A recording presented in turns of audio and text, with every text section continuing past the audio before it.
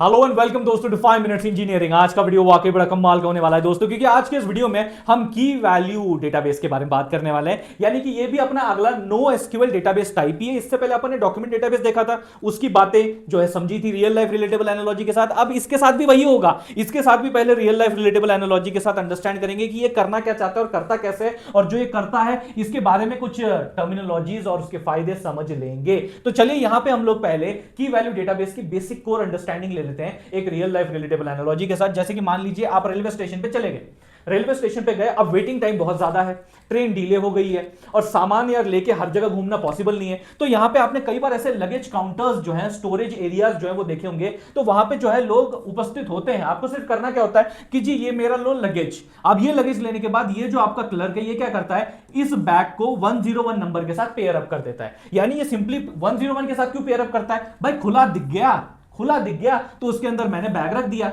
और मैंने इसको लगा दिया चाबी।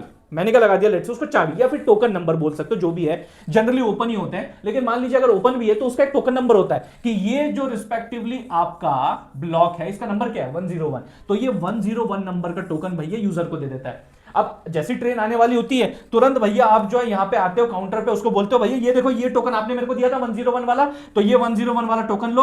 और अपने इस क्लर्क को बिल्कुल टेंशन नहीं होता कि अब मैं इसकी बैग ढूंढू कहां, क्योंकि उसको पता है 101 इस ब्लॉक का नंबर है। तो इस ब्लॉक के अंदर जो बैग रखा होगा यही मुझे रिटर्न करना है। As simple as that. Direct की वैल्यू मैपिंग। की मतलब क्या, जो नंबर का टोकन दिया, वैल्यू मतलब क्या, जो आपको बैग मिला है, तो उसके बीच में डायरेक्ट मैपिंग होता है।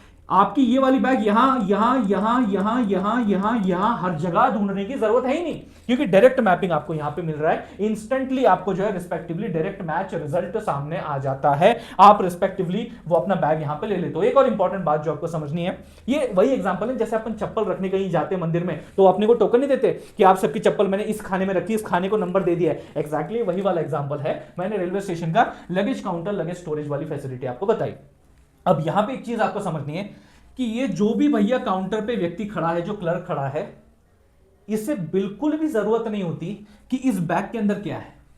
ये जानने की बिल्कुल भी जरूरत नहीं कि इस बैग के अंदर क्या है, खाना है, कपड़े हैं, क्या है क्या नहीं है, इसको कोई मतलब नहीं है। इसको सिर्फ इससे मतलब है कि ये बैग किधर रखना है और वो टोकन इसको देना है। ये जब टोकन लेके आएगा, ये बैग उस टोकन में रखा हुआ, उस खाने में रखा हुआ, भैया उसको वापस दे देना है और टोकन अपन ने वापस ले लेना है। इतनी सिंपल सी बात है। और यही चीज आपको यहां समझनी है। सिंपल की value pairing is there. One की maps to one value, exactly one value. ऐसा नहीं होगा कि आपका जो ये की है, भाई ये भी 101 है और ये भी 101 है और ये भी 101 है। अब जैसे ये टोकन दे रहा है मुझे 1 2 3 4 चार खानों में, चार ब्लॉक्स में जो है वो देखना पड़ेगा कि इसकी बैग कहां रखी है। ऐसा नहीं होता। एग्जैक्टली एक की आपकी मैपअप होती है to one exact value. Second चीज है value is opaque. This is very important. यही चीज मैंने अभी बताई ना कि आपका भैया इस बैग में क्या रखा हुआ है, आपके डेटाबेस को कोई मतलब नहीं, क्लर्क को कोई मतलब नहीं जो वहां पे काम करता है। यहां पे database doesn't understand the values content, कि उस वैल्यू के अंदर मतलब जो की थी उससे जुड़ी हुई जो वैल्यू है, उस वैल्यू का कंटेंट क्या है उसको मतलब ही नहीं है।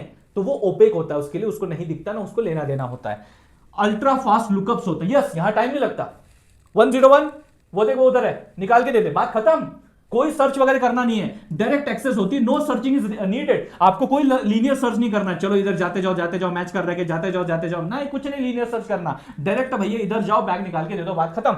और ये बहुत ज्यादा फास्ट भी इसलिए होता है क्योंकि ये इन मेमोरी होता है, ये आपके रैम के नजदीक होता है। Build for extremely speedy nature आपको देखने को मिल जाएगा। नो क्वेरिंग बाय वैल्यू, जरूरत ही नहीं है। जब मैं ओपेक की बात कर रहा हूं तो आप वैल्यू पे क्वेरी कर ही नहीं सकते, जरूरत ही नहीं है। Can't search inside the value.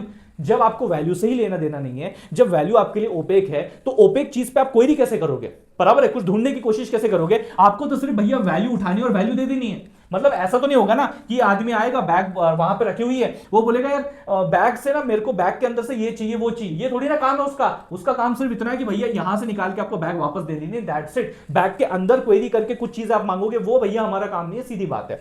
उसके बाद जो कॉमन एग्जांपल और उसमें सबसे बड़ा और इंपॉर्टेंट एग्जांपल जो एग्जैक्टली इसी बिहेवियर को रेप्लिकेट करता है वो है आपका रेडिस। और भी है, डायनामोडीबी भी है, रिएक्ट भी है। तो ये वो सारे एग्जांपल्स है जो कि आपको इस प्रिंसिपल पे चलते हुए देखने को मिल जाएंगे। कॉमन रियल यूज केसेस जो आप देखोगे, जैसे कि फॉर एग्जांपल सेशन का स्टोरेज करना है, वो भी इसी की वैल्यू के पेयरिंग पे बेसिस पे चलता है। कैशिंग करना है, शॉपिंग कार्ट्स वाला जो फंडा रहता है, वो भी इसी बेसिक प्रिंसिपल के ऊपर ऑपरेट करता है, जो आपको समझना है। सिर्फ टोकन नंबर 2 बैक तुरंत मिल जाता है, की दो वैल्यू पाओ, बस इतना सिंपल सा वन लाइनर मामला है जो आपको समझना है। अगर समझ में आ गया होगा तो इस वीडियो को लाइक कर दीजिए, उससे भी ज्यादा जरूरी इस वीडियो को शेयर कीजिए अपने सारे दोस्तों के साथ। मिलते हैं दोस्तों अगले वीडियो में।